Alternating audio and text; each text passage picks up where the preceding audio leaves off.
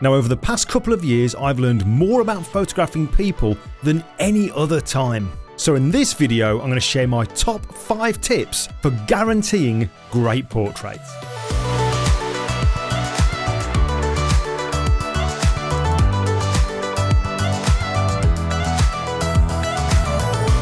Okay, so let me just quickly explain something. This here is my first ever paid job as a portrait photographer. Now at the time I was really pleased with it, but looking back now, there's definitely something missing.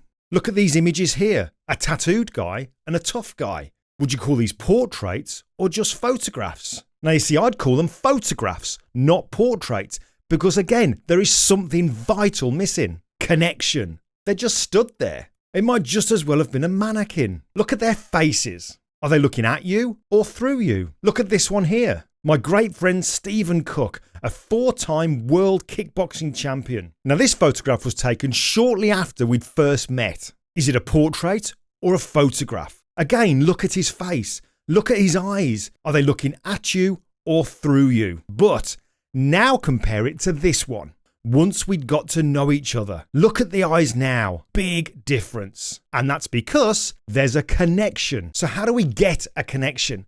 Well, we need the person in front of the camera to be relaxed and comfortable. So here's my 5 top tips that'll help with that big time. Now I know there are times when a photo shoot is literally minutes long, but this still applies. When I was taking portraits of World War II veterans for my 39 to 45 portraits project, we'd never met before until the day of the photo shoot. So my process was to turn up at their home, having made sure they had a friend or family member there with them too, and I would leave all my kit in the car. If they were anxious about being photographed, seeing someone at the door laden down with kit wouldn't help. So leaving my kit in the car, I'd knock on the door, be invited in, and then we'd sit and chat whilst having a tea or coffee. This chat could last 30 minutes or maybe a little longer, but eventually when I felt we were getting on, there was some laughter and we both had relaxed in each other's company, then I could say something like, I'll tell you what, I'll go and get the kit from the car, let's get the portrait done, it'll only take a few minutes, then we can have another brew. And this is where tip 2 comes in.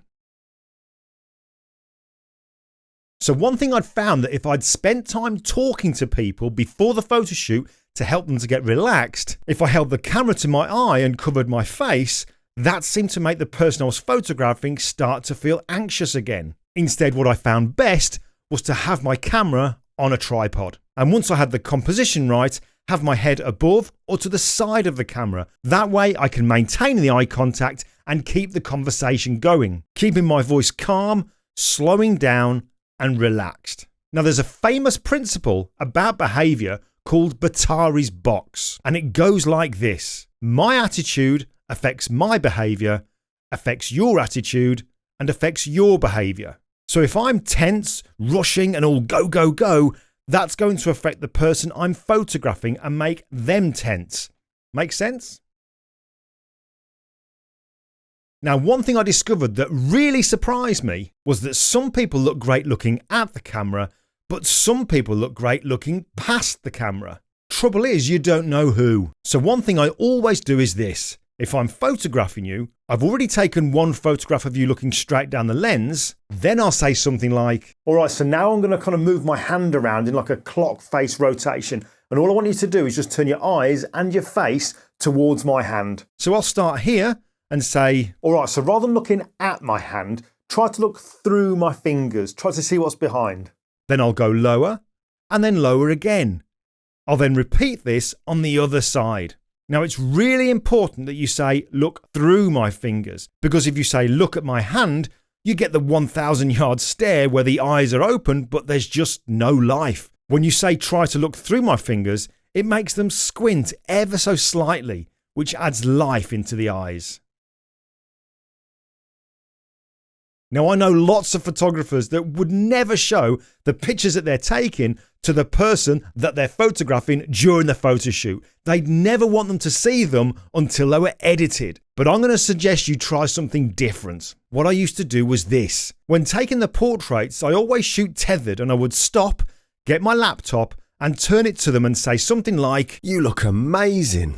Now, if you say that to a model, they will love you. But if you say that to somebody in front of the camera who's already feeling conscious of themselves, this will make it even worse. I've never, in all the time I tried that, had somebody agree with me. I'd always get those, "I never like photos of myself" comments. So I stopped doing that. I still stop. I turn the laptop round to show them the photographs, but instead of complimenting them, I say something like, "I'm really happy with the lighting in these." So instead, I'm complimenting what I'm doing and not complimenting them. And people generally want to please you. So if they find that what you're doing is making you really happy, they seem to be more inclined and happy to sit in front of the camera. They're not the focus. They don't feel that they're being judged. You're more interested in the lighting and the background. And because of that, that relaxes them. Okay, final tip, tip 5. Now this is a biggie.